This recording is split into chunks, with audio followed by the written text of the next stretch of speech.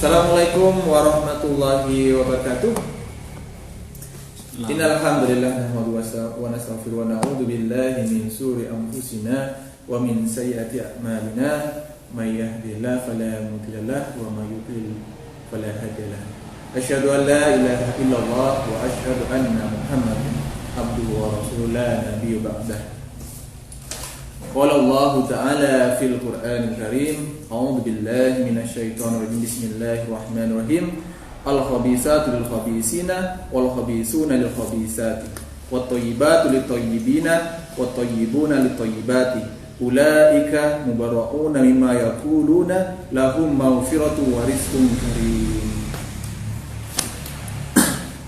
Alhamdulillah. Marilah kita bersyukur kepada Allah Subhanahu wa taala dengan mengucapkan alhamdulillahirabbil alamin summa alhamdulillah. Berselawat kita kepada baginda Nabi besar Muhammad sallallahu alaihi wasallam dengan mengucapkan Allahumma sholli ala sayyidina Muhammad wa ala ali sayyidina Muhammad. Sangat senang sekali saya bisa duduk di sini, berbincang di sini, bermuwajahah pada acara talkshow kali ini. Saya di sini ditemani oleh Ustaz Naim Syukri Al-Maduri. Ya saya, masya Allah. Ya,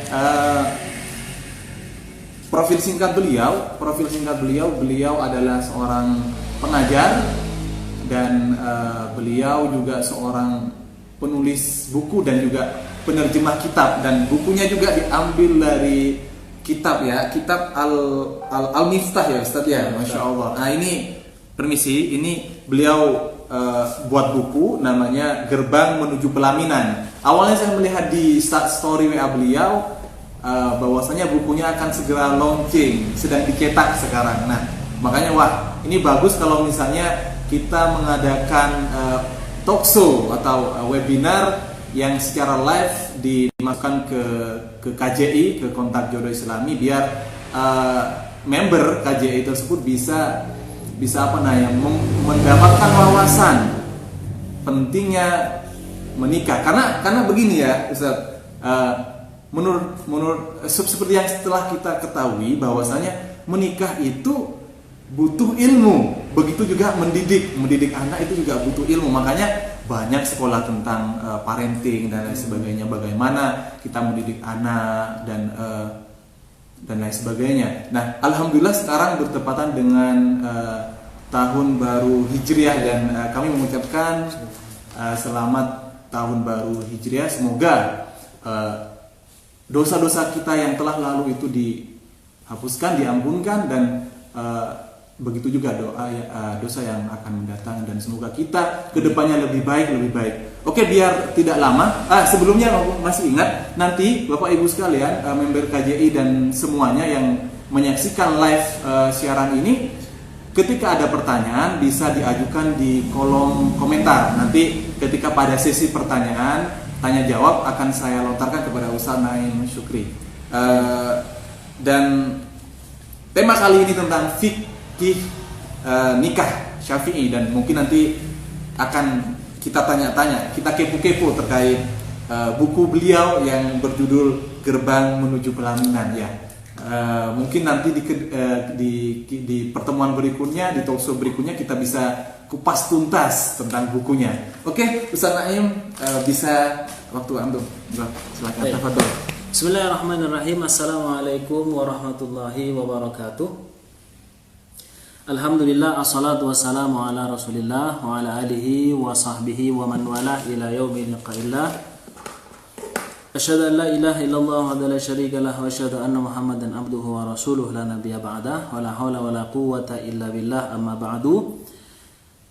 Teman-teman sekalian yang ada di KJI ya, Kontak Jodoh Islami. Alhamdulillah, puja dan puji syukur kita haturkan kepada Allah atas berkat rahmatnya.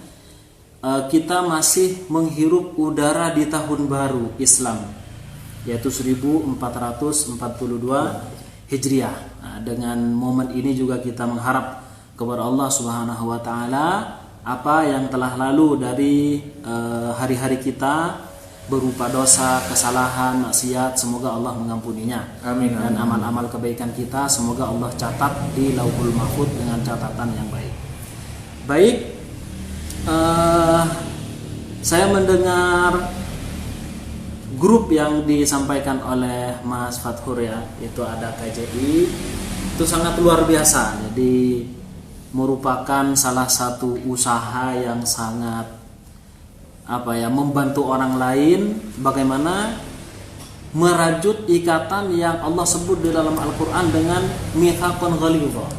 Artinya perjanjian yang kuat. Bahwa dalam pernikahan itu bukan hanya sekedar main-main kayak gitu. Bukan hanya sekedar menyalurkan kebutuhan biologis dari kita masing-masing. Akan tetapi tujuan utama dan paling utama itu adalah mencapai ridho Allah Subhanahu wa taala. Karena apapun yang kita lakukan dalam keseharian kita, apapun itu harus tuntunannya harus pada hal yang diridhai oleh Allah Subhanahu wa taala. Baik, pada kesempatan kali ini jadi kita akan berbincang-bincang tentang permasalahan menikah ya. Bahwa menikah di dalam Islam itu sangat dianjurkan. Sangat dianjurkan. Dan bahkan Rasulullah itu sangat melarang dengan larangan yang cukup keras bagi orang yang tidak mau menikah, Mas Fathur. Masya Allah. Di sana dengan artian disertai penentangan mampu dan tidak bisa menikah gitu seperti ya. itu. Jadi ketika ada rasa saya tidak usah menikah, saya lebih baik beribadah saja. Itu tidak boleh. Makanya pernah suatu ketika ada beberapa orang yang datang ke rumahnya Rasulullah Sallallahu Alaihi Wasallam. Kemudian beliau bertanya kepada salah satu istrinya, bagaimana Rasulullah ketika di rumah? Maka istrinya menjelaskan bahwa Rasulullah itu ketika sholat malam kakinya sampai bengkak, ya kan? Kemudian ketika di siang hari Rasulullah kebanyakan berpuasa, ya. Memang Rasulullah tidak puasa terus seumur hidupnya, akan tapi Rasulullah puasa, kadang makan. Namun makannya Rasulullah tidak seperti kita. Ya, tidak puasanya Rasulullah itu terkadang masih mengganjal perutnya dengan batu. Kalau kita kan malah sabunnya yang enggak muat gitu kan. Karena terlalu besarnya perut ya gitu. Nah, dengan ibadah yang seperti ini sampai kemudian beberapa orang dari sahabat itu nyeletuk. Yang satunya bilang, wah, kalau memang ibadahnya Rasulullah seperti ini, wa aina nahnu min Rasulillah. Bagaimana kita sikap kita kepada Rasulullah? Ibadahnya luar biasa. Sudah, yang satunya bilang, kalau begitu asumu nahar abadan. Saya akan berpuasa di siang hari untuk selamanya. Kemudian satunya bilang, oh kalau begitu aku mulailan. Saya akan melaksanakan sholat malam seumur hidupku. Kemudian yang ketiga kemudian bilang, saya tidak akan menikah seumur hidup. Nah, desas-desus ini celetukan dari beberapa sahabat ini ketika Rasulullah pulang. Lalu akhirnya istrinya bercerita pada Rasulullah, tadi ada yang tanya, ya Rasulullah ada sahabat begini-begini. Kemudian Rasulullah bukan senang, akan tapi Rasulullah tidak suka. Lalu mengatakan, siapa di antara kalian yang mengatakan begini-begini akan puasa selamanya, seumur hidupnya, maksudnya ketahuilah bahwa aku adalah seorang nabi dan rasul, tapi aku juga makan. Siapa di antara kalian yang bilang sholat malam selamanya, tidak akan tidur, artinya untuk menyeimbangkan dirinya sebagai umatnya pada Rasulullah, itu adalah salah, itu enggak benar. Saya rasul, tapi saya juga tidur, saya juga istirahat. Dan siapa di antara kalian yang tadi bilang tidak akan menikah untuk selamanya seumur hidupnya, ketahuilah saya seorang nabi, saya juga kepala keluarga. Luar biasa kan? Betul. Sampai kemudian Rasulullah bersabda, an-nikahu sunnati faman raghiba an sunnati falaysa minni. Nikah itu termasuk bagian sunnahku, adalah jalan yang ditempuh nabi, bahkan seluruh nabi. Karena di dalam sejarahnya bahwa para nabi itu juga semuanya menikah. Semuanya menikah. Artinya memang para nabi itu diberikan anugerah oleh Allah menikah semuanya. Ada beberapa yang disebutkan tidak menikah, seperti misalkan Nabi Isa atau seperti Nabi Yahya, seperti itu. Akan tetapi nanti ketika Nabi Isa turun nanti juga akan menikah pada akhirnya. Tapi poin di sini bukan di situ. Artinya apa? Rasulullah sangat mengecam keras orang yang tidak mau menikah disertai penentangan. Faman raghiba an sunnati falaysa minni. Kalau nggak mau sama sunnahku, berarti dia bukan golongan saya. Iya. Kalau saya menyimak di grup itu bukan anggotanya mayoritas bukan tidak mau menikah, tapi pengen menikah belum ketemu jodohnya. Dan mungkin banyak yang sudah menikah, cuman mungkin kurang ilmu sehingga kurang tentram. Padahal ada juga di salah satu surat itu bahwasanya ketika kita menikah itu akan mendapatkan ketentraman seperti itu kan ya. Nah, di surat Ar-Rum misalnya ayat 21 itu supaya kamu cenderung merasa tentram kepadanya. Nah, itu mungkin bisa diulas juga sedikit bagaimana nanti menurut syariatnya itu biar kita bisa mendapatkan ketentraman. Baiti janati yang seperti itu. Bukan baiti janati, sakinah mawaddah warahmah yang seperti itu. Jadi di dalam kita akan melangkah menuju hal yang sangat dianjurkan ini, yaitu pernikahan, memang dibutuhkan persiapan-persiapan yang cukup matang. Persiapan yang cukup matang. Pertama, yang harus kita siapkan untuk menikah itu adalah adanya mental. Seperti kita misalkan keberanian, kemudian tidak ada rasa minder kayak gitu. Karena terkadang ada orang sudah siap ada di sini, misalkan ada akhwat, ini siap sudah. Cuman ternyata yang ikhwan, saya kok merasa minder ya. Dia itu lebih pendidikannya lebih tinggi dari saya, misalnya kayak gitu. Lalu akhirnya dia mundur. Terus kemudian yang kedua, bekal. Apa maksudnya bekal di sini? Kalau secara bahasa kasarnya mahar dan nafkah. Karena Rasulullah pernah bersabda begini, ya ma'syarasy syabab, man istata'a minkumul ba'ata falyatazawwaj. Fa innahu ahsanu lil farji wa aghaddu lil basar. Faman lam yastati' fa 'alaihi bisyam fa innahu lahu wija. Jadi artinya man istata'a minkumul ba'ata, barang siapa di antara kalian yang mampu ba'ah. Ba'ah ini apa? Ba'ah ini diartikan sebagai mahar, nafkah juga.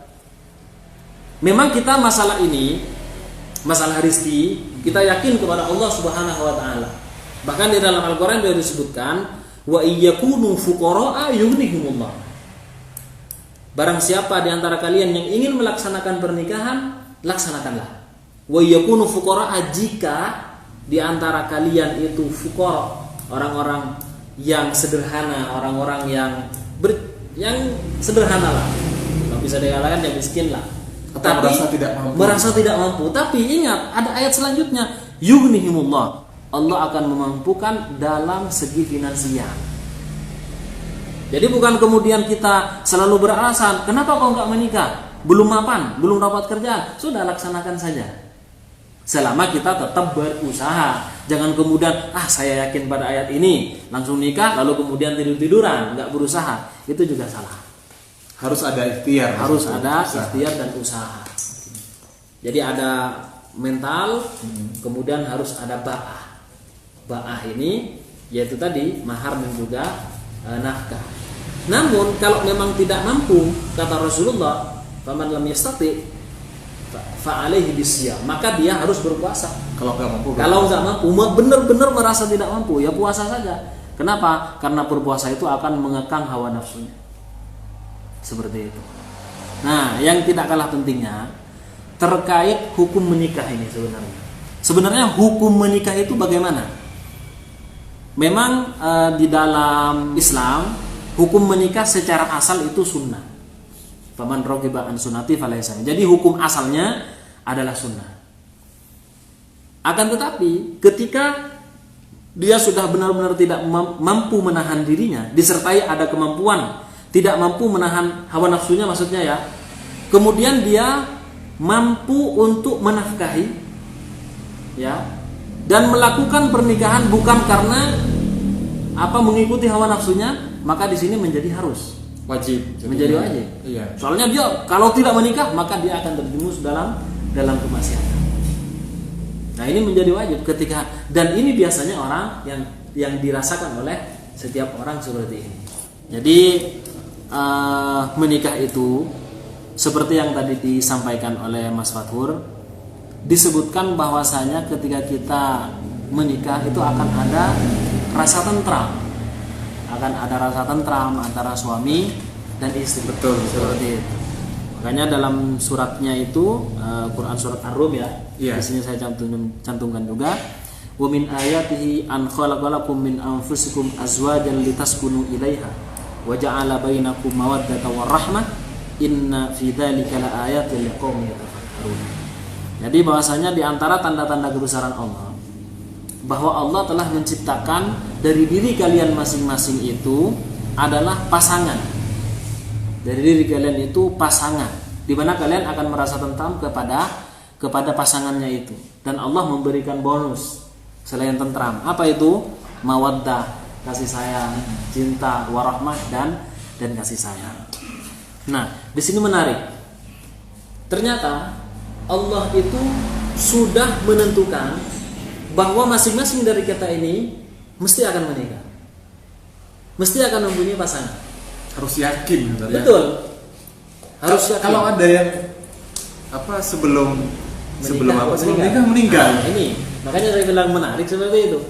Nah, intinya bahwa di dalam surat Ar-Rum ini bahwa Allah telah khalaqalakum azwajan litaskunu ilaiha. Jadi menciptakan masing-masing dari kita sudah berpasangan. Nah, cuman kita itu kapan menjemputnya pasangan itu? Apakah kita tinggal menunggu saja? Ya, menunggu saja, nunggu yang sempurna. Ya memang tidak ada manusia yang sempurna. Akhirnya kita mungkin baru dapatnya ketika sudah tua, ketika sudah usia lanjut, karena tidak ada usaha. Nah, terkait kasus yang tadi ditanyakan, bagaimana kalau sekiranya meninggal dahulu sebelum dia menikah? Betul.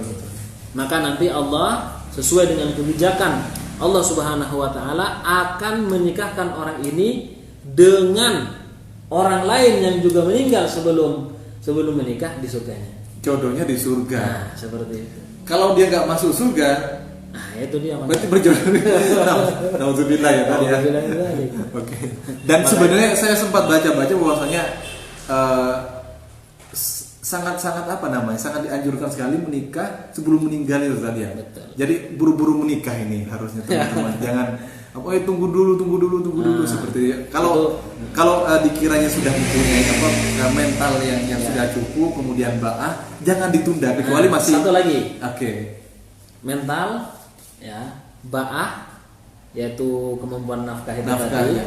Dan yang satu lagi yang tidak kalah pentingnya adalah ilmu khusus membahas fikih munakaah. Nah, ini yang kita sedang bahas sekarang. Itulah. Jadi yang tadi itu dua, betul. Kemudian ditambah lagi adalah ilmu fikih. Karena terkadang ada orang menikah akan tetapi ternyata masih saudara sesusua. Betul. Termasuk kan juga ada before married, sebelum menikah, kemudian ketika menikah dan pasca menikah itu semua ada syariatnya, ada ilmunya. Nah, biar kita itu lebih berkah, maka kita harus mengetahui bagaimana itu sebelum menikah, batasan-batasan pergaulannya sebelum menikah dan ketika pasca menikah itu juga harus diketahui. Kadang-kadang kan sebelum menikah dia sudah apalagi di zaman sekarang ya, Masya Allah ya, seperti itu, jangan sampai seperti itu. Oleh karenanya ilmu khusus dalam masalah ilmu fikih nikah ya, khusus karena kita mayoritas Syafi'i, makanya yang diangkat adalah fikih nikah Syafi'i ya. Kalau di madhab lainnya ada juga yang sebenarnya semuanya mirip-mirip, cuman karena memang mayoritas Syafi'i, kita yang diangkat adalah Syafi'i. Lah, terkait masalah menuju pada pernikahan itu memang tadi dianjurkan segera kan, tapi ketika kita masih belum mempunyai ilmunya, 3 hal itu tidak mencukupi, mental nggak ada, kemudian ba'a masih belum ada, benar-benar nggak ada, dan apalagi yang paling penting adalah ilmunya, nggak tahu menau sama sekali, hanya karena ingin saja dan memang mungkin merasa mampu dan sebagainya, tapi ilmunya nggak ada. Nah jelas ini sangat tidak dianjurkan untuk menikah padahal ilmunya nggak ada, ya kan? Makanya harus mempelajari terlebih dahulu. Nah, untuk menikah itu menuju pada pelaminan ada 3 fase. Pertama, fase sebelum menikah seperti yang tadi sebutkan. Kedua, setelah menikah, sedang menikah, ya, prosesi dan kayak gitu. Kemudian setelahnya adalah melaksanakan bahtera kehidupan dalam kekeluargaan. Jadi ada 3 fase seperti itu. Sebelum menikah, proses pernikahannya, dan menjalani bahtera kehidupan dalam kekeluargaan. Nah, bagaimana? Yang pertama, sebelum menikah, kita itu harus menyiapkan hal-hal yang berhubungan dengan pernikahan. Apa itu? Pertama, ta'aruf. Ta'aruf ya. Nah, itu termasuk ilmunya. Berta'aruf. Waja'alnakum syu'uban wa qabaila lita'arufu. Jadi Allah jadikan kita bersuku-suku, berbangsa-bangsa agar kita saling mengenal satu sama lain. Nah, di dalam ta'aruf itu ada ketentuan-ketentuan. Di dalam ta'aruf itu ada ketentuan-ketentuan. Ta'aruf itu tidak sama dengan pacaran. Ta'aruf tidak sama dengan komitmen. Ada orang sekarang karena pacaran sudah negatif ya oleh sebagian masyarakat yang alhamdulillah tercerahkan, sehingga mereka merubah nama pacaran dengan komitmen. Tunangan mungkin tadi ya? Bukan, tunangan lain lagi. Dan ini merubah kata pacaran dengan komitmen. Waduh, saya baru tahu. Nah, karena saya memang tahu dari beberapa teman yang seperti itu. Saya sedang berkomitmen Ustaz. Itu makanya nggak boleh ta'aruf seperti itu. Bentar Ustaz, mungkin maka dari itu di KJ ini, Kontak Jodoh Islami ini, kita pengen membuat sebuah program ta'aruf seperti itu. Cuma memang terkendala waktu dan tenaga dari teman-teman admin. Mungkin nanti akan dibatasi. Mungkin kita akan per wilayah, misalnya Jawa Timur, misalnya diambil dari Jawa Timur, kirim CV. Ya, CV 10 ahwa dan 10 ikhwan. Kita akan cocokkan yang kira-kira yang mana itu sesuai dengan kriteria, sesuai yang dicari, akan kita istilahnya dalam tanda kutip comblangi, kita ini kan pertemuan, tapi bagaimana teknisnya kita akan mencoba sesyar'i mungkin seperti itu, sehingga tidak pernikahannya itu biar barokah dan tidak keluar dari hukum syariat seperti itu. Iya. Jadi dalam ta'arufan seperti tadi tidak diperkenankan hal-hal yang menuju pada hal-hal yang maksiat, pacaran itu, atau walaupun merubah nama dengan komitmen, itu juga nggak boleh. Bahkan jika ini karena memang satu grup, maka nanti hendaknya antara pihak ikhwan dan akhwat itu tidak ada komunikasi langsung. Jadi bagaimana? Jadi yang dari ikhwan ngirimkan CV ke kita, dari akhwat ngirimkan juga CV ke kita, lalu kemudian kita yang akan menjadi pihak ketiga. Apa yang ditanyakan apa segala macam, ketika sudah mendekati 100%, ya sudah mendekati 90% lah, atau 80-90%. Nah, itu nanti barangkali bisa untuk berkomunikasi, tapi tetap kita harus memberikan rambu-rambu ya, bahwa perkataannya sebatas ini, ya pertanyaannya sebatas ini, nggak boleh hal-hal yang menuju pada kemaksiatan itu. Jadi itu dalam ta'aruf. Dan ta'aruf tidak sama juga dengan tunangan tapi versi orang-orang sekarang. Kalau tunangan versi orang-orang sekarang, bukan tunangan yang syar'i, karena tunangan bisa saja syar'i. Kalau tunangan yang tidak syar'i, misalkan sudah ada kesepakatan antara ta'aruf, sudah kenal apa segala macam, kemudian sudah bertemu antara pihak keluarga dan pihak laki ataupun perempuan, itu sudah mengadakan istilahnya tunangan, belum menikah. Namun kalau kebiasaan kita itu ketika tunangan kan sudah setengah halal. Iya, seakan-akan seperti itu. Bukan halal tapi mereka sudah menganggap setengah halal, sehingga boleh dibawa ke sana kalau lebaran. Loh, mana tunangannya kok nggak dibawa? Akhirnya dia pulang di bawah lah. Ya kan? Iya. Kemudian nanti akhirnya kepada calon mertuanya salim segala macam. Padahal kan dalam madzhab Syafi'i kan nggak boleh. Belum jadi mertuanya. Betul. Ketika sudah jadi mertua, ketika qabiltu nikahaha wa tazwajaha bil makur, itu baru kemudian menjadi benar-benar mertua dan menjadi benar-benar istrinya. Kalau masih tunangan itu nggak boleh. Bahkan juga sudah ada kasus-kasus itu yang sudah nginep di rumahnya si perempuan atau perempuan nginep di rumahnya si laki-laki. Nah, ini menjadi dianggap satu hal yang setengah halal kayak gitu. Padahal belum sama sekali. Kebiasaan dan itu terjadi memang. Iya. Lah bagaimana tunangan yang syar'i? Tunangan yang syar'i itu adalah ketika kita misalkan sudah datang untuk melamar kepada calon istri, melamarnya, sudah setelah itu tinggal baik saya terima lamarannya, kita akan tentukan akadnya kapan. Ini secara secara mudahnya lah, kita tentukan akadnya kapan. Oke, sebentar, Tad. Ini saya cek sound. Oke. Ini katanya suaranya kurang kencang. Suaranya gak jelas. Aduh, gak jelas. Oke, gimana sekarang? Apa suaranya sudah mulai jelas? Atau gimana? Soalnya nggak pakai. Masukannya ya. Ini lagi. Sudah bisa? Ini sudah pakai ini sekarang. Sudah bisa. Oke, kita lanjut, Ustaz. Nanti teman-teman yang sedang lihat secara live, tolong di komen masih kurang bagus soundnya atau sudah bagus ya. Oke, di sini ada yang dari Malaysia. Mana Malaysia tadi? Mana? Malaysia hadir, Masya Allah. Masya Allah, Alhamdulillah. Ya, ini dari Hong Kong juga ada hadir ini. Tapi nggak bilang kalau Hong Kong. Tapi orang Indonesia. Iya. Oke, tadi sampai Ustaz, sampai tunangan ya. Oke, mau kita lanjutkan. Jadi kalau tunangan yang syar'i itu, misalkan ada seorang ikhwan datang kepada akhwat melamar dan kemudian lamarannya diterima, kemudian ditentukan baik sebulan lagi kita akan mengadakan akad. Ini bahasa gampangnya lah. Baik sebulan lagi kita akad lah. Selama rentang lamaran kepada akad itu tidak ada sama sekali kebolehan untuk berdua-duaan. Atau kalau sekarang ya tidak kemudian boleh chatting-chattingan kayak gitu, WA dengan hal-hal yang bersifat pribadi. Kalau misalkan mungkin pertanyaan secara umum sekali itu masih diperbolehkan karena termasuk dalam hal-hal yang diperbolehkan untuk bertaaruf, ya kan? Misalkan minta fotonya bagaimana? Boleh.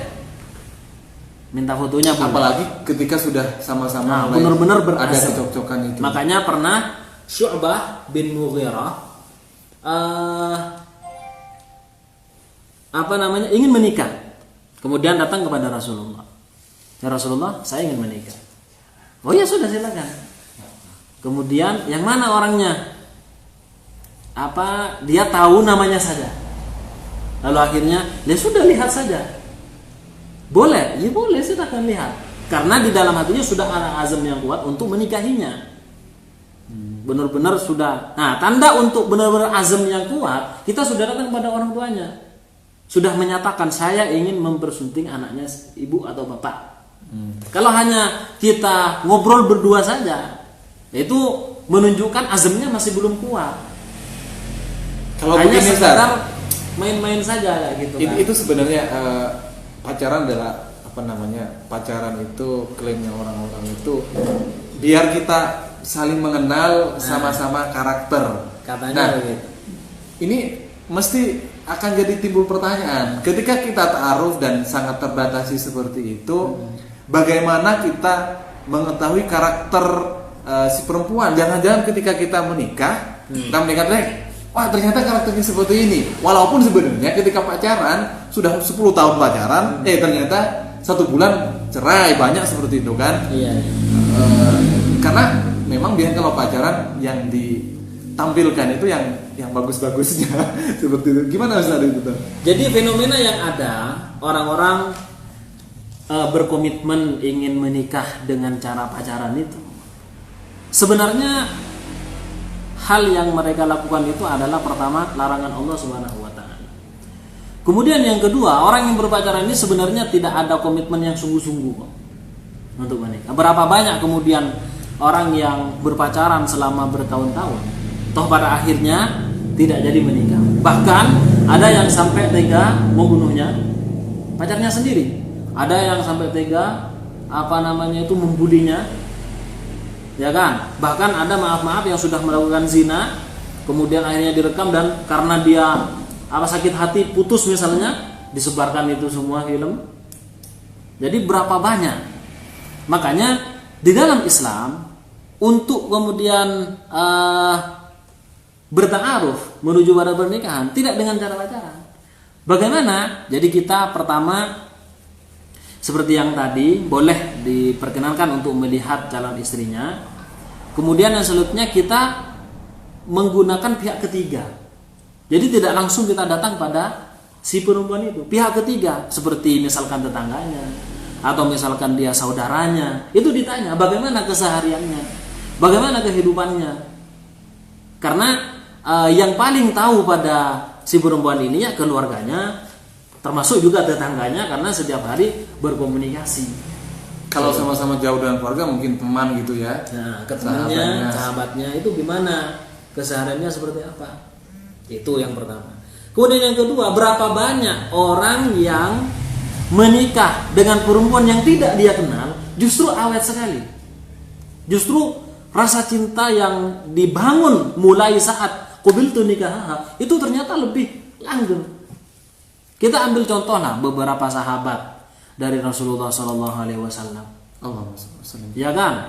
Ketika ada seorang wanita datang pada Rasulullah mengajukan dirinya, ya Rasulullah, jadikan saya istri sampean.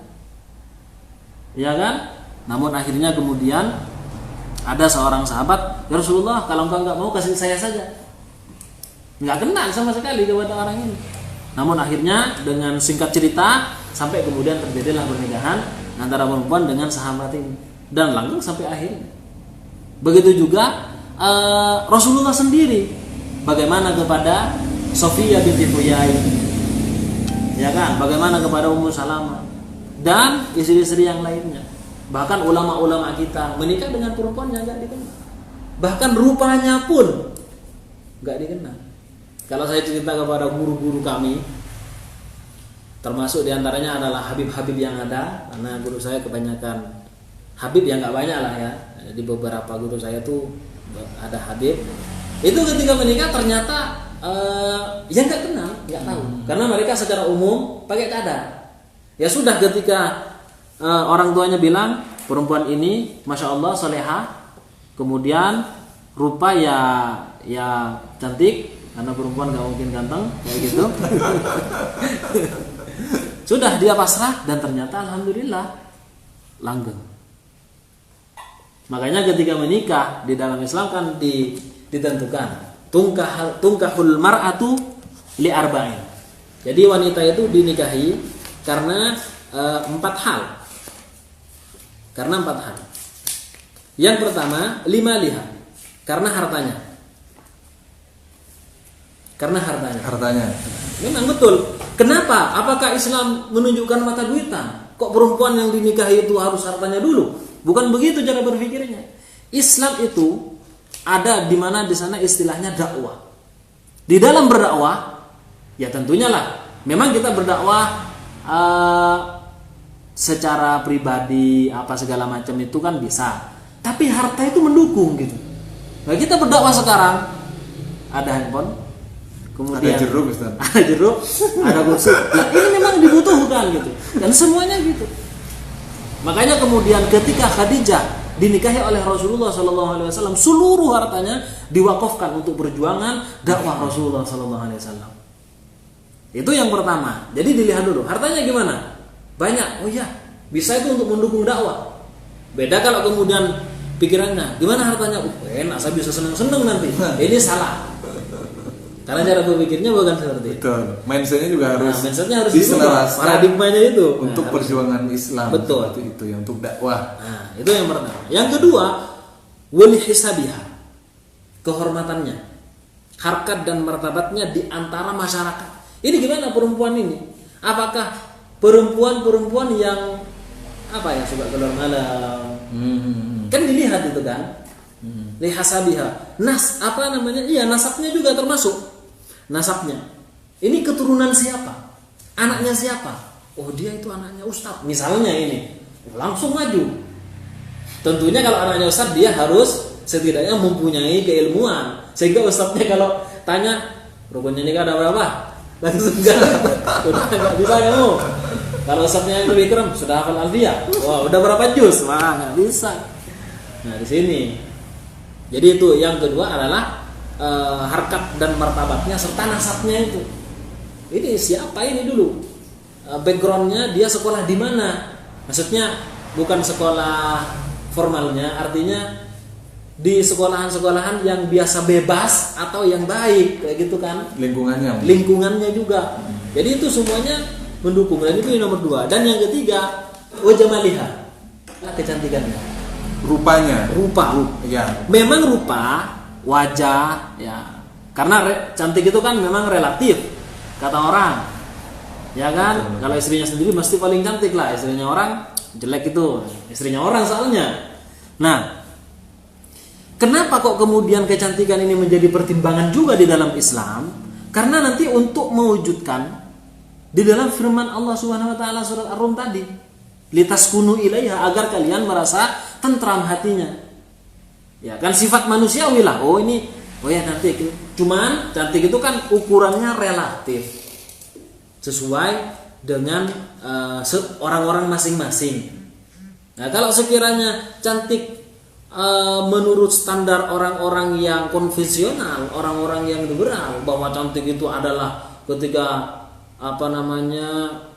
matanya blok, kemudian hidungnya mancung, rambutnya sekian, berarti kan menampakkan aurat, kemudian kulit putihnya langsat apa segala macam. Ya itu kan bukan itu yang dimaksud di dalam Islam. Maksudnya cantik adalah yaitu tadi sesuai standar umumnya saja, agar kemudian hatinya itu merasa tentram.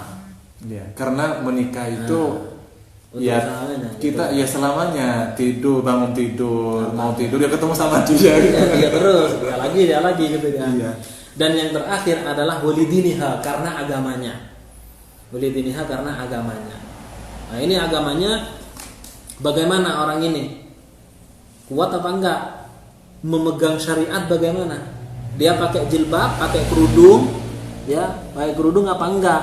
Dia sering membuka aurat apa enggak? Dia mudah saja salaman sama laki-laki lain atau enggak? Ya, kalau sekarang kan begitu kan. Kalau corona kayaknya sekarang enggak. Gini kan? Semua ya. Iya. Tapi kan bukan karena hukum Islam, karena memang corona gitu kan. Namun kemudian Rasulullah memberikan tips dari semua itu, fadfar lidzatid din taribat yadak. Pilihlah yang agamanya kuat, taribat yadak, maka kamu akan beruntung, kata Rasulullah. Nah, makanya bagaimanapun ada pertimbangan tadi, limaliha, wali hasabiha, wali jamaliha, wali diniha. Jadi yang terakhir itu agama. Nah, yang menarik dari hadis ini, kenapa Rasulullah meletakkan lidiniha terakhir? Itu yang saya mau tanya. Kenapa Rasulullah kok enggak? Wanita dinikahi karena 4 perkara. Yang pertama karena agamanya. Gitu. Kenapa kok agama kok ditaruh terakhir ya gitu kan? Betul. Nah, sebagian ulama menjelaskan, kalau misalkan agama ditaruh di awal, maka seseorang akan melihat bukan karena agama. Jadi begini, gimana sih fulan nama sotor? Enggak apa? Cantik nggak? Cantik tak? Anaknya siapa? Bagus. Anaknya dia itu. Kemudian gimana? Kaya nggak? Kaya tak? Agamanya gimana? Nah itu. Itu tak. Soalnya dia nggak pakai kerudung kadang-kadang. Tolak langsung. Nah, makanya itu terakhir. Jadi ketika bertanya tentang keadaan seorang wanita, ikut hadis ini. Pertama yang ditanyakan hartanya, kemudian anaknya siapa, harkat dan martabatnya di masyarakat seperti apa. Kemudian yang ketiga, apa tadi? Kecantikan. Nah, kecantikannya tapi lupa dan yang terakhir agama. Jadi kita bertanya step-step ini. Jangan tanya agama dulu. Gimana? Jadi misalkan nih, gimana si Ahwat itu? Agamanya gimana? Gak begitu kuat. Terus gimana? Cantik gak? Cantik lah. Kaya lah. Terus di masyarakat gimana? Orang-orang sih menganggapnya baik. Lah, ya kan karena agama sudah ditaruh di awal, seakan-akan oh ya wis. Gitu akhirnya. Makanya ketika bertanya step demi step ini yang ditanyakan dulu hartanya, kedudukannya di masyarakat, kecantikannya, dan terakhir agamanya. Dan Rasulullah memberikan tips, fadfar lidatidin tadibat yadak. Pilihlah yang agamanya kuat, maka kamu akan beruntung. Betul. Seperti itu. Apalagi kalau misalnya ada beberapa perbandingan ya. Nah, misalnya ya ini hartanya lebih kaya, tapi kemudian kecantikannya biasa, tapi agamanya yang kuat. Tentu saja.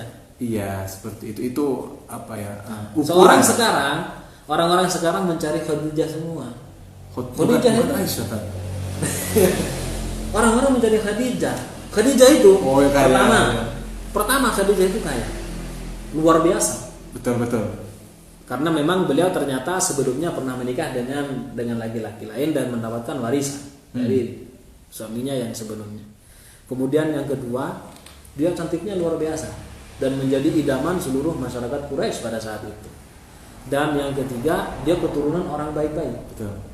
Benar. Sampai kemudian nyambungnya kan juga kepada Nabi Ibrahim, Ismail dan Ibrahim, semua Quraisy. Nah, ternyata Khadijah juga agamanya kuat. Nah, sekarang orang mencari Khadijah yang sempurna, yang cantik, yang kaya, yang anaknya orang baik-baik dan agamanya kuat. Padahal sudah ada akhwat, agamanya kuat. Walaupun keadaannya mungkin tidak wah dan sebagainya, wajahnya mungkin tidak cantik sesuai ukuran dia. Nah, cuman karena nggak cantik, sudah atau nggak kaya, ya akhirnya tidak mau kayak gitu kan. Oke, ini kan grup ini kan kebanyakan maksudnya bukan hanya laki-laki yang mencari pasangan perempuan, tapi juga ada yang perempuan yang mencari laki-laki. Nah, kalau tadi sudah hadisnya itu tentang perempuan. Kalau untuk laki-laki harusnya perempuan itu milih laki-laki yang seperti apa kan? Apakah sama dengan yang keempat hal tadi atau berbeda? Kalau laki-laki itu memang ada hadisnya. Rasulullah menjelaskan ketika ada orang yang soleh. Soleh itu dalam artian bertakwa, secara zahir ya, kita kan nggak mau lihat secara nggak usah begitu ini sampai ke dalam-dalamnya apa. Jadi kita melihat secara zahir. Zahirnya orang ini kita teliti di kesehariannya apa segala macam, itu adalah orang soleh, orang yang bertakwa. Nah, ketika datang seorang soleh kepadamu, kita selaku misalkan orang tua dari seorang perempuan yang diinginkan oleh ini, maka kata Rasulullah, terimalah. Jika tidak, maka kamu akan menyesal. Jadi kriterianya cuma satu. Jadi nggak harus tanpa melihat yang tiga itu ya. Jadi soleh, agamanya maksudnya. Tapi kalau yang perempuan kriterianya sampai 4. Walaupun yang kemudian Rasulullah tekankan fadfariddin tadibat yadak. Yang agamanya kuat pilihlah, kemudian kamu akan beruntung. Kalau laki-laki yang soleh. Oke, member KJI yang masih live ataupun di luar member yang mau mengajukan pertanyaan, monggo silahkan di komen ya. Nanti sekitar 5 menit lagi. Ya, 5 menit lagi akan saya utarakan pertanyaan para member atau para pemirsa ke Ustadz Naim. Monggo dilanjut Ustadz. Oh iya. Jadi di sini saya sebutkan juga bahwa di dalam step yang sebelum menikah itu tadi, fase sebelum menikah itu kan ada hal yang harus disiapkan tadi, ada mental, kemudian ba'ah dan juga ilmu.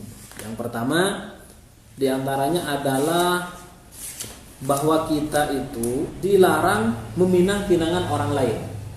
Ini juga ada dalam hadisnya. Ketika ada seorang yang sudah melamar, misalkan ada seorang yang sudah melamar pada seorang keluarga wanita, dan kita tahu bahwa sedang masa lamaran, nah itu kita tidak boleh melamarnya juga.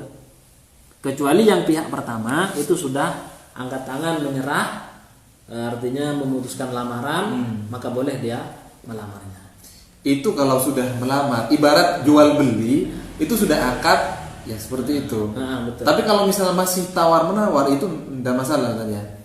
Belum terjadi akad, qabil tuh. Oke. Termasuk juga yang pernah saya dengar ketika orang mau bercerai ya masih masa iddah, kemudian dia melamar, itu kan juga tidak boleh karena masih ada masanya seperti itu. Jadi orang yang melamar perempuan itu nggak boleh kecuali iddahnya sudah selesai.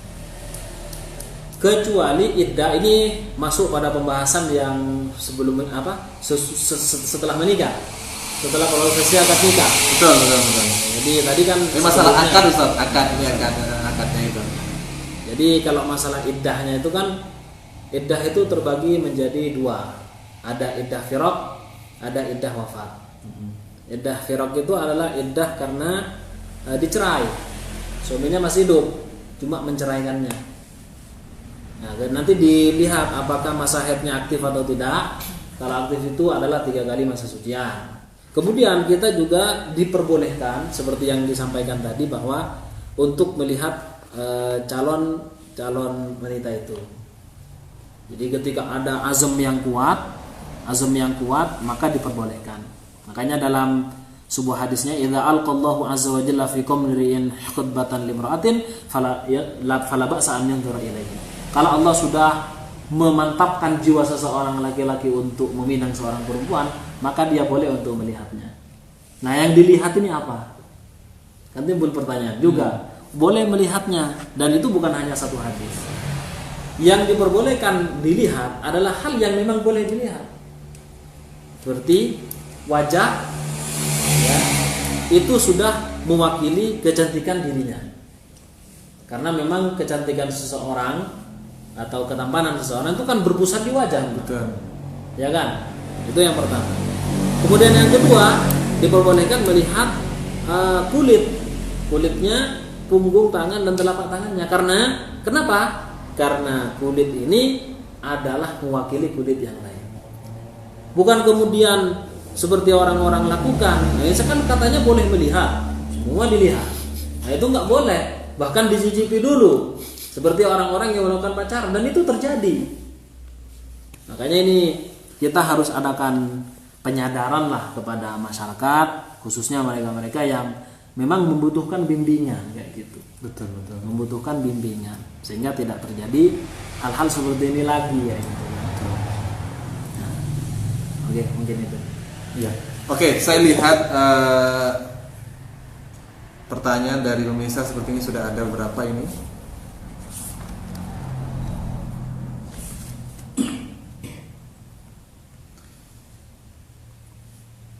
Ada. Banyak banget. Ada, tapi dari satu orang ini. Monggo yang lain mungkin yang mau bertanya sambil saya bacakan pertanyaan satu aja dulu, nanti langsung bisa dijawab langsung sama ustaznya sambil menunggu pertanyaan yang lain. Ini hukum nikah siri ini Sudah, itu aja. Iya, belum penjelasannya. Terus apa hukumnya suami? Yang pertama ada dua kayaknya ini. Pertama hukumnya nikah siri. Terus apa hukumnya suami yang tidak bertanggung jawab menjatuhkan talak cerai kepada istrinya, sedangkan dia sendiri gak mau dengan nafkah kepada anak-anaknya? Nah ini gak mau menafkahi. Iya, dicerai dan gak mau menafkahi. Nah ini pikiran orang-orang umum seperti ketika bercerai, ya sudah selesai urusannya, anak-anak selesai. Nah, mungkin bisa dibahas ketika bercerai, anak yang masih belum balik itu sebenarnya masih tanggung jawab siapa? Saya lanjutkan ya. Dan suami tidak mau mengurus perceraian secara hukum. Oh begitu secara selain nafkah, suami juga tidak mau mengurus perceraian secara hukum. Apakah perempuan ini boleh menikah lagi secara agama dalam arti nikah siri, atau harus diselesaikan dulu semua urusan dengan suaminya yang berkaitan dengan menjatuhkan talak tersebut. Ya. Oke, kita bahas. Sudah? Ada juga ini. Oke, ini dulu aja.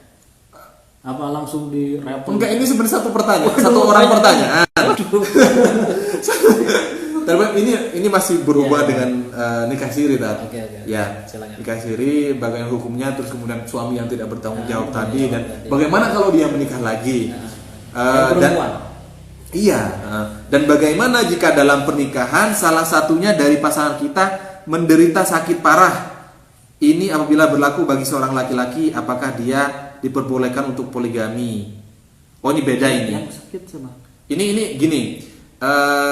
Ini pertanyaan kedua, Tat. Jadi ada seorang suami yang sakit parah, ya. Kemudian apakah dia diperbolehkan untuk berpoligami? Suami sakit parah. Iya. Enggak. Yang sakit parah istri. Istri. Kasusnya suami itu boleh nggak berpoligami seperti itu? Oh iya. Apakah harus membuat izin dari istri pertama untuk berpoligami karena dengan kondisi istrinya yang tidak mampu lagi memberikan kebutuhan batin, nafkah batin dan sebagainya kepada sang suami? Apakah harus meminta izin dari istri pertamanya untuk berpoligami? Nah, itu kan. Jadi pertama, hukum nikah siri. Nikah siri itu sebenarnya hanya istilah orang-orang saja. Karena di dalam Islam nikah itu ya sudah nikah saja. Nikah kayak gitu. Lah, nikah siri itu apa? Siri itu juga diambil dari bahasa Arab, artinya sirrun itu rahasia. Rahasia dari mana? Apakah kemudian nikahnya di tengah kebun gitu, atau misalkan nikahnya di tempat yang sepi gitu? Bukan seperti itu. Jadi menurut pemahaman orang-orang dan yang kita pahami, memang nikah siri itu adalah nikah yang tidak didaftarkan kepada KUA. Dan memang seperti itu. Tidak didaftarkan kepada KUA sehingga tidak tercatat dalam kependudukan atau catatan perkawinan khususnya di negara ini, Indonesia. Nah, itu istilahnya nikah siri. Terkait hukumnya bagaimana? Hukumnya adalah ketika sang wali dari perempuan ini sudah ada dan menikahkan tentunya, atau misalkan dia mewakilkan pada orang. Kemudian ada calon suami, ada calon istri, kemudian ada dua saksi yang memadai, dan yang terakhir adanya akad atau sigat serah terima, sudah sah. Sah ini saja. Lah, kalau gimana terus kalau kena tersandung dengan urusan hukum di negara Indonesia, itu urusan lain. Nah, sekarang kan kita membahasnya secara agama. Nikah siri hukumnya sah secara agama Islam. Akan tetapi nanti ketika tersandung dengan hukum negara, yaitu urusannya sendiri, selesaikan sendiri, kayak gitu. Termasuk juga diantaranya batas menikah yang ditentukan oleh negara Indonesia berapa? 20 usia perempuan 20 berapa kayak gitu kan? Sekitar berapa, itu. Padahal di dalam Islam di bawahnya itu boleh. Ya, yang penting balik gitu. Balik pun tidak menjadi syarat. Tidak menjadi syarat dalam jadi yang gitu. Tadi yang perlu diinikan bahwasanya ada wali, kemudian ada saksi, dua saksi, nah kemudian calon suami, calon istri, dan adanya akad. Yang istrinya sakit. Oh iya, yang istrinya sakit, dia tidak bisa menafkahi, apakah boleh suami menikah ataukah harus ada izin tertulis dari seorang istri? Ini pertanyaan member kepada admin sepertinya itu yang kompleks, Ustaz. Jadi memang seru sekali kalau kita bahas bisa berseri-seri ya. Iya. Jadi begini, seorang laki-laki memang diberikan kuota istilahnya oleh Allah Subhanahu wa taala boleh menikahi sampai 4 perempuan dalam waktu yang bersamaan. Artinya fankihu ma tabalakum minan nisa'i mathna wa thulatha wa ruba.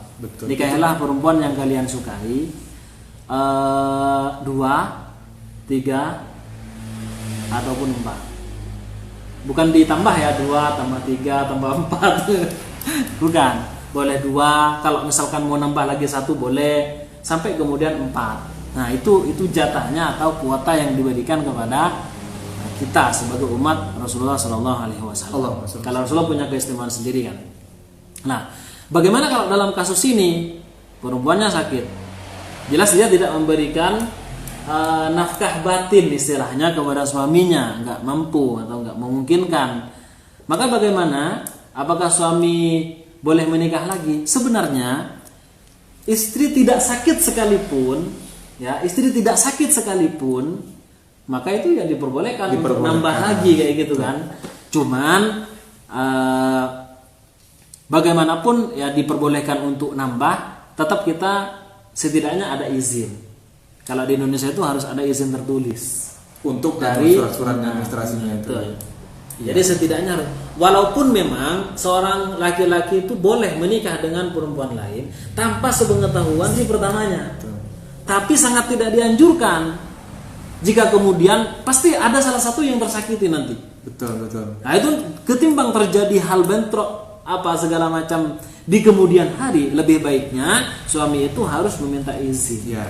Jadi itu mungkin yang secara syariat seorang suami menikah lagi atau berpoligami itu boleh dalam syariat. Hukumnya boleh dan nggak harus nunggu sakit. Tidak harus menunggu sakit, tanpa menunggu persetujuan istri, tapi alangkah baiknya karena ini kita sudah hidup bersama-lama akan merasa tersakiti. Betul. Si bagaimanapun. Dan memang ketika saya melihat di masyarakat orang-orang yang menikah tanpa persetujuan istri itu banyak yang kocar-kacir. Walaupun sebenarnya secara syariat itu boleh seperti itu. Saya malah ada kawan, dia menikah dengan istri yang pertama aman-aman saja dan sampai punya anak. Aman-aman sentosa istilahnya.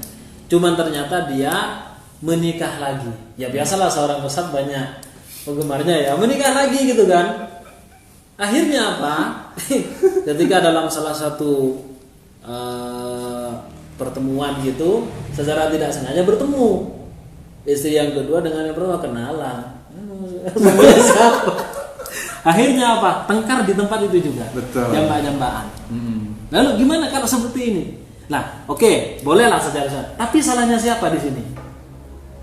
Ayo, kita kan bertanya sekarang. Salahnya siapa? Boleh memang dalam syariat menikah tanpa sepengetahuan istri pertama.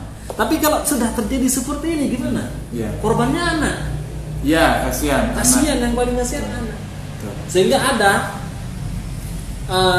saya punya kakak dari kakaknya teman saya sendiri itu sama kasusnya dengan seperti ini. Sampai anaknya dari istri yang pertama menyimpan dendam kepada ayahnya ini. Gak berani ketemu. Betul. Gak berani ketemu. Jadi seorang ayah harusnya yang bisa jadi tauladan, malah dimusuhi sama anaknya. Menyimpan dendam.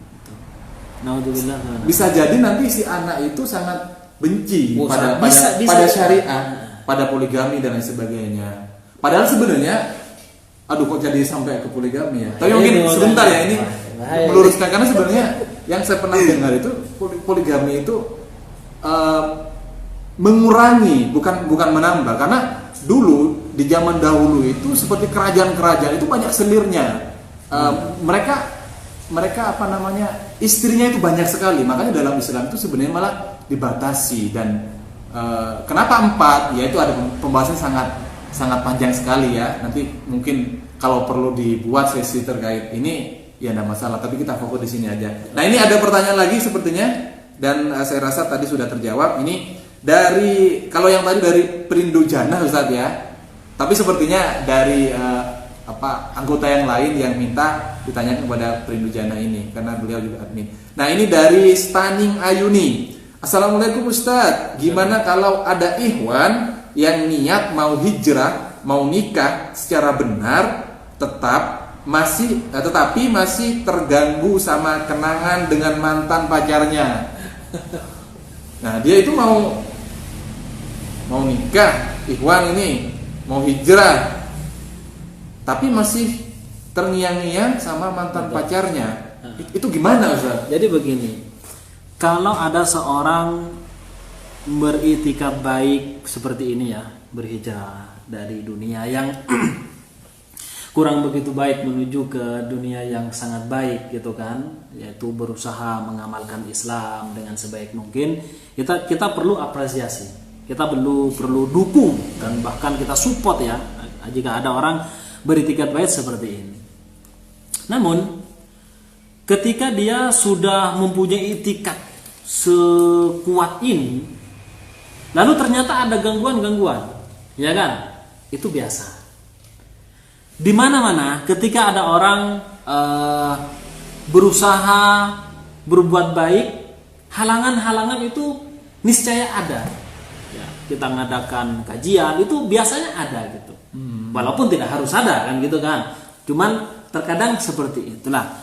Dalam kasus seperti ini, karena sebelum dia berhijrah sudah ia melakukan maksiat-maksiat. Kita bertemu saja dengan pacarnya, pegangan saja kan sudah maksiat. Betul. Ya kan? Nelpon-nelponan dengan opa, apa istilah opa, papa, mama, mami, papi. Itu kan sudah satu maksiat. Bahkan anak SD itu sekarang sudah panggil gitu. Naudzubillah min dzalik. Jelasnya di sini setan sudah terbiasa dengan orang ini. Karena kesehariannya ya aktivitasnya yaitu kemaksiatan. Makanya orang yang masih terngiang-ngiang dengan kemaksiatan yang telah dia lakukan sebelumnya, ya kan, disarankan untuk diruqyah. Karena jin selalu bermain di sini, setan bermain. Makanya harus diruqyah orang yang seperti ini kepada ustadz-ustadz yang ahli meruqyah. Karena bagaimanapun kenangan-kenangan indah bersama sang pacar itu kan perbuatan maksiat. Nah, itu yang selalu membisikkan. Setan itu selalu membisikkan, jinnya selalu membisikkan. Makanya kita harus benar-benar membuangnya. Dengan cara apa di antara salah satu caranya? Diruqyah. Biar setan pengganggu ini hilang. Itu pertama. Yang kedua, ya kita sebagai manusia yang diberikan anugerah akal ya. Manusia yang diberikan anugerah perasaan, ya kan? Maka kita sebisa mungkin buang itu kenangan ke tong sampah. Apa? Dengan cara apa? Kalau punya fotonya, bakar fotonya. Hapus semua kenangan. Hapus semuanya. Kalau ada foto fisik kayak gitu, bakar. Kalau ada foto di HP, delete. Kalau misalkan ada rekaman suara ataupun video, hapus. Tapi jangan dicari lagi di recycle bin, nanti dicari lagi. Sama aja itu akhirnya. Nah, itu. Semua pokoknya yang berkaitan dengan pemberian hadiah-hadiahnya, entah itu hadiah Valentine, hadiah apalah, itu dibuang. Dibuang. Semuanya pokoknya dihilangkan. Bukan sampai berhenti di sini saja. Bukan hanya dia membuang, membakar kenangan indah bersama sang pacar, bukan hanya itu, tapi tambahi dengan mengkaji Islam. Ya kan? Mengkaji agama. Sibukkan dirinya dengan apa yang dia niatkan untuk berhijrah. Hijrah kan ingin jadi lebih baik, untuk memahami Islam dengan lebih baik. Ya itu tadi. Dia datang ke majelis-majelis. Dia datang kepada ulama-ulama untuk berkonsultasi dalam masalah agama. Bukan hanya sekedar saya ingin hijrah, tapi masih tidak melakukan apa-apa. Tidak bisa kita kemudian mengaku ingin berhijrah, tapi kemudian kita tidak ada usaha. Nggak bisa. Perkataan seperti ini adalah perkataan yang hanya sekedar main-main saja. Ingin hijrah, tapi hal yang kemudian menghambat penghijrahannya, dia masih simpan. Dia masih ditaruh sebagai kenangan. Ya nggak bisa. Yeah. Jadi ada dua alternatif. Pertama diruqyah, kemudian yang kedua sibukkan diri dengan beragama, mempelajari ilmu agama. Dan kemudian kenangan-kenangannya itu juga dibuang dan dihapus serta dibakar. Dan sekarang adalah momen terbaik untuk berhijrah karena 1 Muharram. 1440 tahun baru Hijriah. Betul. Saya lihat lagi ada pertanyaan. Berapa banyak ya, kita tambahkan, berapa banyak dari saudara-saudara kita yang berhijrah. Bahkan bukan hanya dari Islam KTP menuju Islam murni, akan tapi dari yang sebelumnya itu bukan seorang muslim berhijrah menjadi seorang muslim yang baik, seperti itu. Banyaklah saudara-saudara kita. Bahkan diantaranya artis-artis yang ada yang kemudian berhijrah, ya kan? Hijrah fest apa segala macam. Betul, hijrah. Sudah banyak sekali komunitas yang memfasilitasi untuk hijrah. Betul. Dan memang kewajiban kita sebagai muslim untuk menyuarakan kebaikan, kita berdakwah dan disarankan menurut saya selain diruqyah dan menyibukkan diri dengan agama, bergabung dengan komunitas hijrah itu. Bergabung dengan komunitas hijrah. Ini ada pertanyaan Ustaz. Ini sepertinya pertanyaan pesanan. Pertanyaan pesanan dari ini terakhir ini ya. Terakhir ya karena sudah menunjukkan 20:41. Kalau dibahas masalah pernikahan ini memang gak ada selesainya Ustaz. Makanya nanti kita mungkin seminggu atau 2 minggu lagi akan kita insyaallah ya mungkin bisa bedah buku Gerbang Menuju Pelaminan yang sedang proses cetak ya. Dan ini nih dari Perindu Janda, Ustadz, bagaimana kewajiban menikahi janda yang sudah punya anak? Bagaimana kewajiban menikahi janda yang sudah punya anak? Tunggu, dari pertanyaannya kewajiban menikahi janda. Ya mungkin apa saja kewajiban atau syarat-syaratnya mungkin tadi ya seperti itu. Bagaimana hukumnya lah mungkin ya, hukumnya menikahi janda dan syarat-syaratnya apa mungkin itu tadi. Nah kemudian kedua, bagaimana caranya kita mendapatkan jodoh yang baik tanpa pacaran? Syarat-syarat untuk menikahi janda yang sudah punya anak. Wanita ini sudah memberikan izin pada walinya untuk menikahi dirinya. Karena kenapa? Kok harus begini? Karena janda dengan perawan itu beda hukumnya. Kalau perawan di dalam mazhab Syafi'i khususnya itu ada istilah ijbar. Sehingga wali dari si perempuan ini yaitu ayahnya dan kakeknya itu disebut dengan wali mujbir. Artinya apa wali mujbir itu? Boleh menikahkan anaknya perempuan yang masih perawan tanpa izin dan restu si perempuan ini dengan syarat, nanti akan kita bahas dengan syarat-syarat yang cukup banyak dan cukup detail. Jadi di dalam mazhab Syafi'i itu ada namanya nikah tanpa sepengetahuan anak si perempuan ini, tapi dengan syarat perempuan ini juga masih perawan, kemudian syaratnya banyak. Dia tidak ada permasalahan dengan laki-laki baik secara zahir ataupun batin. Apa itu zahir apa batin nanti akan dibahas. Nah, kalau janda tidak boleh walinya, ayah ataupun kakeknya menikahkan langsung tanpa sepengetahuan wanita janda ini, itu nggak boleh, bahkan tidak sah. Kenapa? At-thayyib ahaqqu laha min nafsiha min waliha.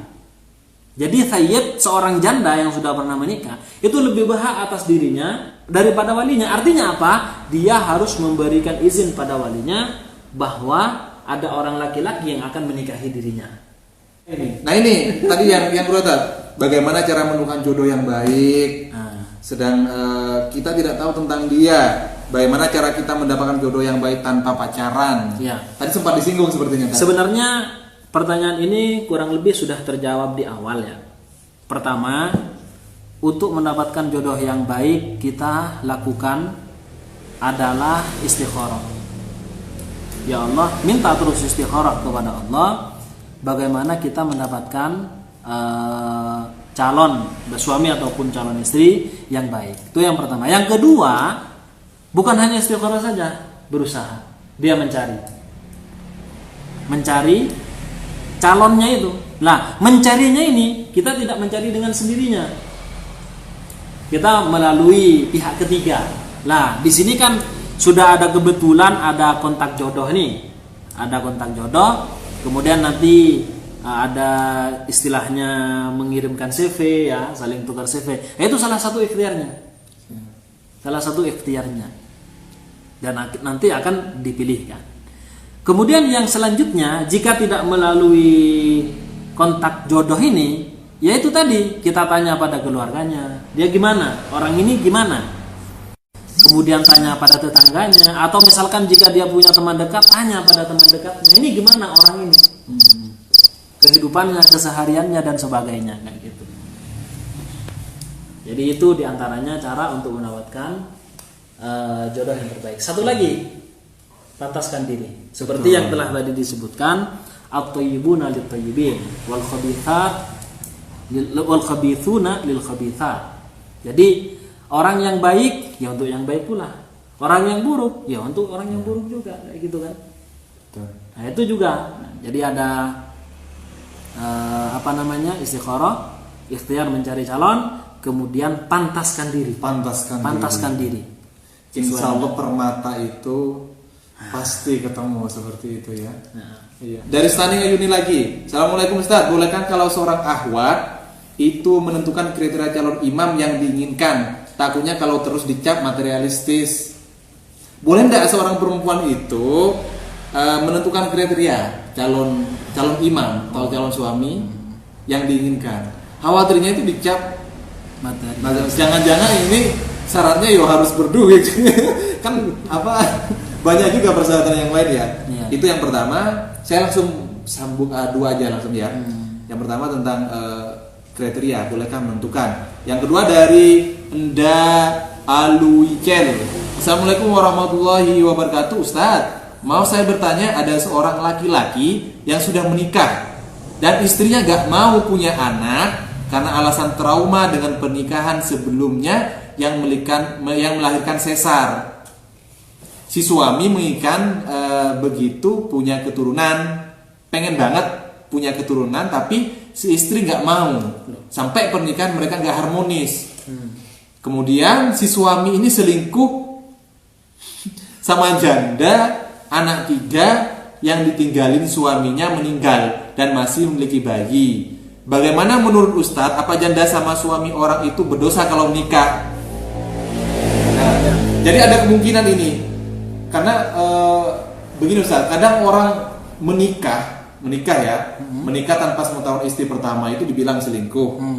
Kalau sudah menikah otomatis nanti akan bisa dijelaskan. Tapi kalau selingkuh itu tanpa ikatan pernikahan sudah pasti nggak boleh seperti itu ya. Tapi kalau misalnya nanti mau menikah setelah itu ya urusan berbeda. Mungkin gimana Ustaz? Yang pertama, hukum wanita memberikan kriteria kepada calon imamnya. Apakah boleh? Hukumnya boleh. Misalkan saya akan menikah dengan seorang laki-laki yang sudah hafal Al-Quran. Itu boleh hukumnya. Dan tidak mengapa. Tidak mengapa. Akan tetapi jangan kemudian syarat ini menjadi seakan-akan rukun. Ya kan? Karena di dalam Islam itu ada rukun di dalam menikah. Ada juga syarat-syaratnya. Nah, ini tidak termasuk syarat yang telah ditentukan. Seperti ini syarat tambahan. Betul. Jadi kalau misalkan dia itu menerima terhadap laki-laki yang ternyata nggak hafal Quran, makanya nggak apa-apa. Artinya tetap sah. Bukan kemudian saya mensyaratkan ini. Kalau selain itu berarti nikahnya nggak sah, tetap sah. Karena bukan merupakan rukun dalam pernikahan. Yang rukun cuma tadi itu. Adanya perempuan, calon istri, calon suami, wali, 2 saksi, dan adanya sigat ijab qabul. Itu saja. Nah, dan kita ternyata ada beberapa akhwat yang mensyaratkan kamu boleh menikahi saya asalkan kamu hafal Bukhari. Misalnya ada yang seperti itu. Boleh? Kalau persyaratannya itu bukan yang hafal Al-Quran, tapi masalah apa ya? Harta ini. Boleh seperti juga. Boleh. Oh, boleh. Silakan. Saya akan menikah ketika kamu memberikan mahar mobil, Alphard misalnya. Boleh saja, silakan. Boleh, tapi bukan suatu keharusan walaupun dia itu misalnya tidak bisa memberikan Alphard misalnya. Saya punyanya Ayla misalnya, dan si istri mau ya tidak masalah juga. Tidak masalah gitu. Makanya di dalam Islam itu Rasulullah mengajarkan kepada kita bahwa perempuan yang paling banyak kebaikannya, yang insya Allah keluarganya mendatangkan berkah, adalah ketika maharnya paling rendah. Mungkin kalau kita bilang murah nanti berpikirnya murahan. Paling ringan mungkin. Ringan. Bukan nikah mahar paling murah nanti orang murahan berarti enggak. Ya baiklah kita rubah yang paling ringan. Jadi perempuan yang paling baik, perempuan yang sangat dihormati, yang top lah istilahnya, itu adalah ketika maharnya sangat ringan.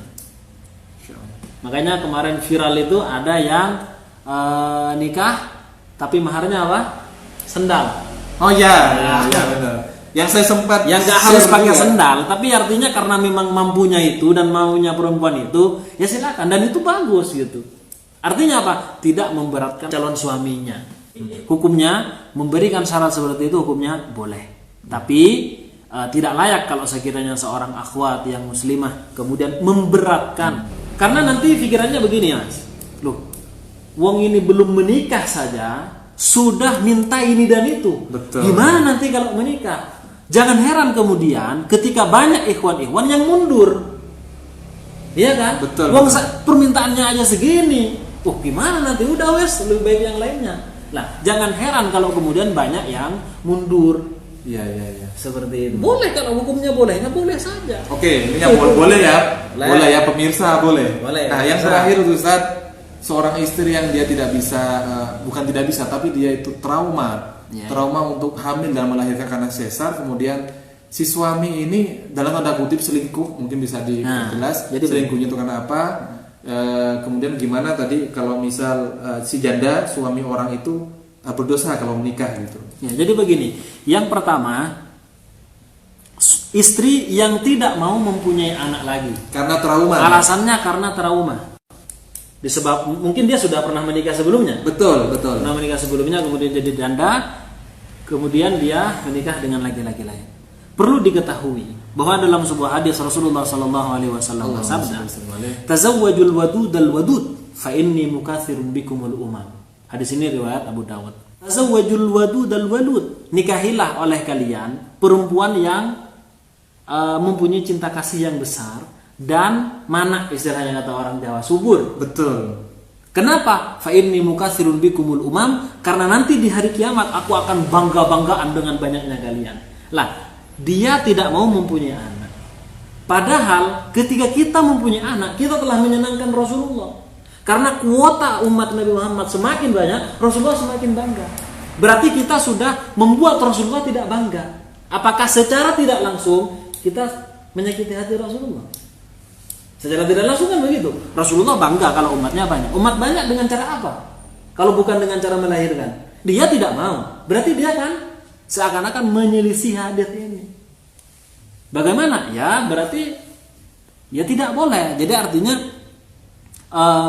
hal-hal semacam ini, trauma-trauma semacam ini sebaiknya jangan kemudian langsung jadikan satu alasan yang tidak mau. Lebih baik konsultasikan dulu kepada ahlinya, kepada dokter, orang-orang yang berpengalaman dalam hal ini.